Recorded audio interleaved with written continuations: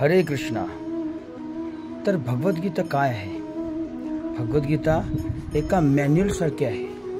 जसं तुम्हाला एखादं यंत्र, एखादी गाडी ज्यावेळी तुम्ही घ्याल त्यावेळी सोबत तुम्हाला एक मॅन्युअल दिलं जातं की ज्याचा वापर करून तुम्ही ते गाडी किंवा यंत्र यशस्वीरित्या वापरू शकता। तर हा जो देह आहे हा प्रकृतीने आपल्याला दिलेलं एक प्रकारचं मशीन आहे। तर त्याचा वापर कसा योग्य पद्धतीने करून स्वधामी भगवतधामी परत जावं याचं मॅन्युअल भगवंताने आपल्याला दिलं आहे आणि ते म्हणजे भगवद्गीता।